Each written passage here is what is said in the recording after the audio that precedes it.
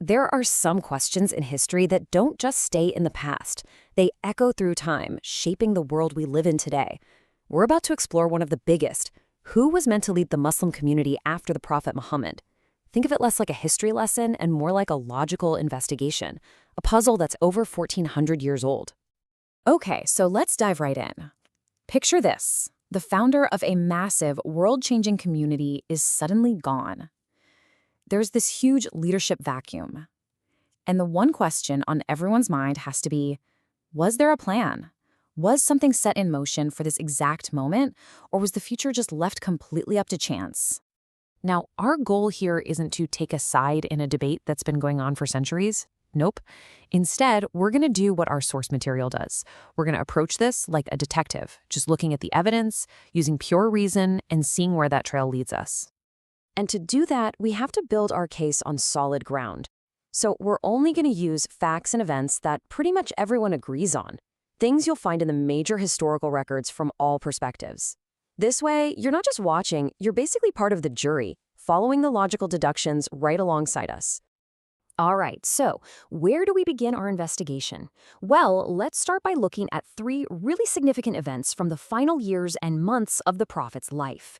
Each one is a critical piece of evidence in our puzzle. First up, we have the event of Ghadir Khumm. You have to get the scene in your head. After his very last pilgrimage, the Prophet stops this enormous caravan, we're talking tens of thousands of people, out in the blistering desert heat. He then gives a formal sermon, and the whole thing builds up to this one dramatic moment. He takes the hand of his cousin Ali and raises it high for everyone to see. And at the absolute heart of this whole event is one critical statement he made. Of whomsoever I am Mawla, Ali is his Mawla. This single line right here is the fork in the road where all the different interpretations begin. Believe it or not, so much of this massive historical debate comes down to the meaning of just one word. Mawla. So, does it simply mean friend or loved one, basically a call to be nice to Ali? Or does it mean master and leader, which would imply a formal transfer of authority? 2 very, very different meanings. And this is where the logic really comes into play. As our source points out, you have to look at the context and the sheer scale of the event. So the question is, why would you go through the immense trouble of stopping a massive caravan in the desert for a formal sermon, one that's even linked to the completion of religion, just to announce that people should be friends with Ali? Does the action match the explanation? Okay, on to our second piece of evidence. This is a very famous and widely accepted saying of the Prophet, known as the Hadith of the Two Weighty Things. In it, he says he's leaving behind 2 things that are of equal importance, of equal weight, to make sure his community never, ever goes astray. And what are they? The Qur'an and his immediate family, the al-Bayt. So this presents another logical puzzle, right? If the Prophet's family is just meant to be loved and respected, how can they be a source of guidance that is equal in weight to the Qur'an itself, especially when the whole point is to prevent people from being misguided? That parallel structure seems to suggest a much, much bigger role than just simple affection. You can just feel the tension in those final days, and it really comes to a head in what's known as the pen and paper incident. The Prophet is on his deathbed and he asks for something to write with, saying he wants to create a document that would, again, prevent the community from ever going astray. But an argument breaks out right there in the room, and in the end, nothing gets written down. I mean, the logical contradiction here is just, wow. The document's entire purpose was to stop misguidance, but it was blocked to avoid an argument.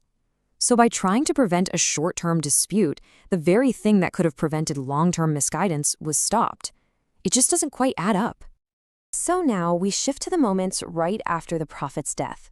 And while his family, including Ali, are busy with the solemn duty of preparing his body for burial, a small group of his companions gathers at a place called Saqifah to make a decision about the future of the entire community. And the basic facts of this meeting are not in dispute. For one, it happened really fast. It was also exclusive. A lot of very important people, including the Prophet's entire close family and other senior figures, weren't even there. And the final decision was made based on the argument that the leader absolutely had to come from the Prophet's tribe, the Quraysh. So our source points out what seems to be a whole series of logical puzzles here. Think about it. If the number one rule was being from the right tribe, well, Ali was from an even closer clan within that tribe. If it was about who was most qualified, his resume was second to none. If it was about a public statement from the Prophet, well, we just talked about Ghadir. And if it was supposed to be a community consultation, why were so many key people missing? Okay, so for our last major piece of evidence, let's just zoom in and look at the profile of the man at the center of all these events, Ali ibn Abi Talib, based on qualities that are historically agreed upon across the board.